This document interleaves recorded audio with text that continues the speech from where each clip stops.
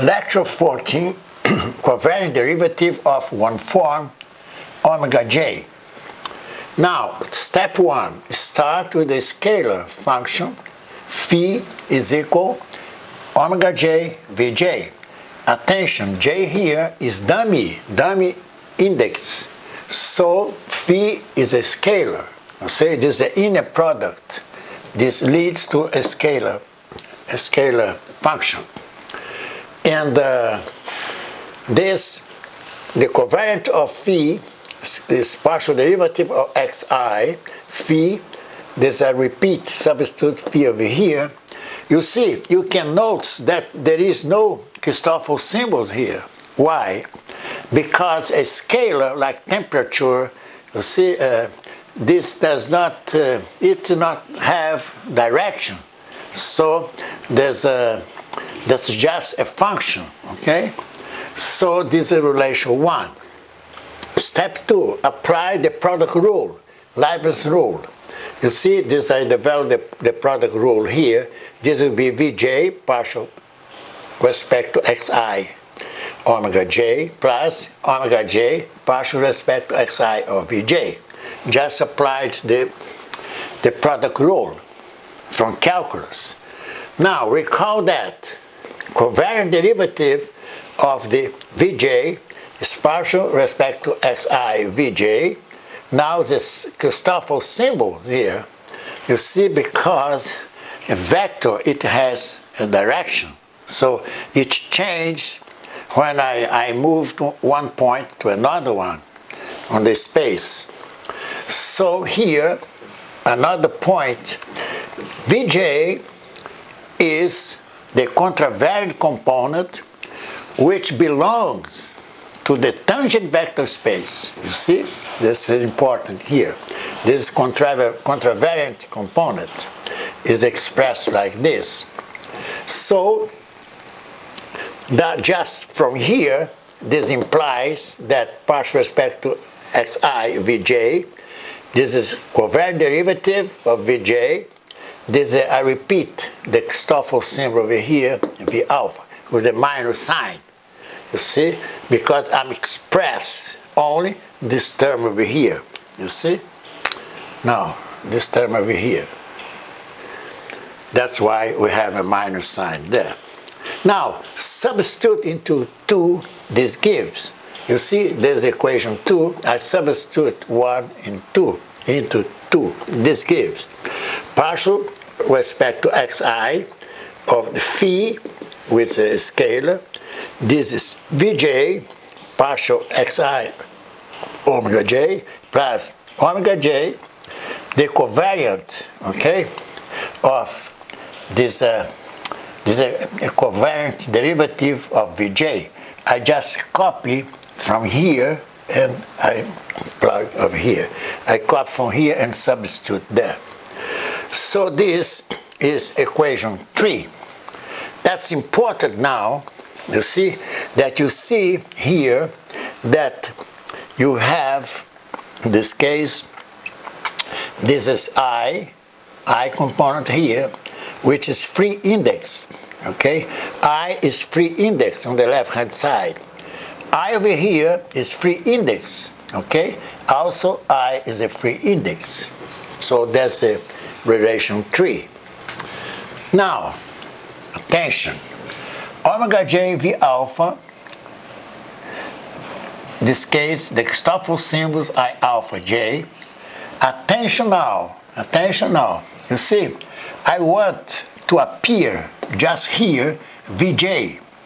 So I can erase alpha and set j right here because it's a dummy, okay? Then j is over here. And this is j is already here, so I substitute by alpha, by beta and beta. It's quite clear because the only index that's not dummy here is I.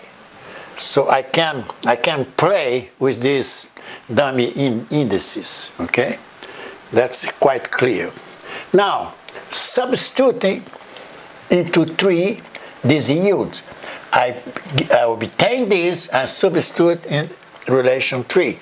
You see, just copy and check. Then I can write this is a partial respect I, this is a phi, that is scalar, is Vj partial respect to xi omega j plus omega j, the covariant of the v, or the vector v. You see, I just copy from here, from the definition of the covariant derivative of Vj, I just copy to here. It's quite clear, no problem. So from 1, you see, from 1 here, I can express the left-hand side by, in this case, by the covariant of omega j Vj. Why? Because omega j Vj is a scalar, so there is no Christoffel symbol. So that's why I substitute. And I see clearly that the left-hand side here, you see, oh, put a color right here. You see, there's I'll have clearly, okay, this is the left-hand side over here. You see, look. This I substitute by this one. See, because these are scalar.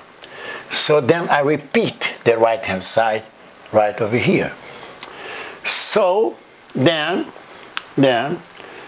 I can express, okay, and this over here, okay, I just set Vj, okay, this is Vj here, you see, that's clear, Vj here, and Vj there. That's why I can write Vj, you see, partial respect xi omega j, okay, and then I write this term over here, okay, which it has Vj, you see, I just copy, okay, then Vj that multiplies those two terms, plus omega j covariant of I with Vj. That's relation 4. Now, on the other hand, since covariant derivative is a linear operator, we can use the Leibniz rule, the product rule. So I substitute, you see, clearly, this one, I just expand, forget what I did before. You see, I look at here and expand using Leibniz rule. You see, there's Vj, partial covariant of omega j, plus omega j covariant of Vj. That's relation 5. Now I'm ready to match, okay, relation 4 and relation 5. You see, this 4 here and 5. And you see clearly, there's a green one, you see, there's a green one. See, I can match, okay, this right-hand side with this case, with the left-hand side, or the right-hand side over here. Right-hand side match the right-hand side. Both represent by this green mark, let's say that, covariant of a scalar. So I can write from here, okay, I just match, see, this is the left-hand side of 3, this case, of relation 4, and this is the right-hand side of equation 5. You see, then I can cancel. You see, here, you see, that's quite straightforward. Now, I can't put this sign over here. You see, now I can rewrite from this, I write right over there. Now this is Vj, you see that multiplies, this is a bracket here, is equal Vj, that covariant respect to xi of omega j. It's quite easy. Now I move this, to the left hand side, you see, and then I set is equal 0. Now, since Vj is different from 0, you see, the components of the vector v, they are different from 0, you see. Otherwise, the vector v would be 0. So there is no sense on this derivation over here.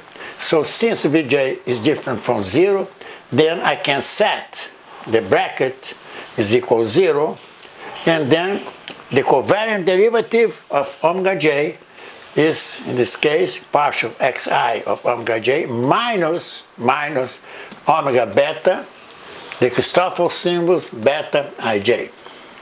Now, observation, it's interesting. You see, this is a covariant of a contravariant component, Vj. You have the plus sign. This is covariant derivative of in this case, you see, is I have a contravariant, that's a Vj, okay? Vj over here is contravariant. This Vj here is covariant. Vj belongs to the cotangent tangent space. This contravariant here belongs to the tangent vector space. I emphasized this before when I show it. You see how clear, how different are the two spaces. The vector space and then dual space. Okay? This Vj is components of the same vector v, because v is invariant. You see? But it is, in this case, covariant component. Now I can express exactly analogous to this one. You see? Because omega j, it belongs, okay, to the cotangent vector space, the dual space. You see there's minus, there's a minus over here. So that's it. That's important.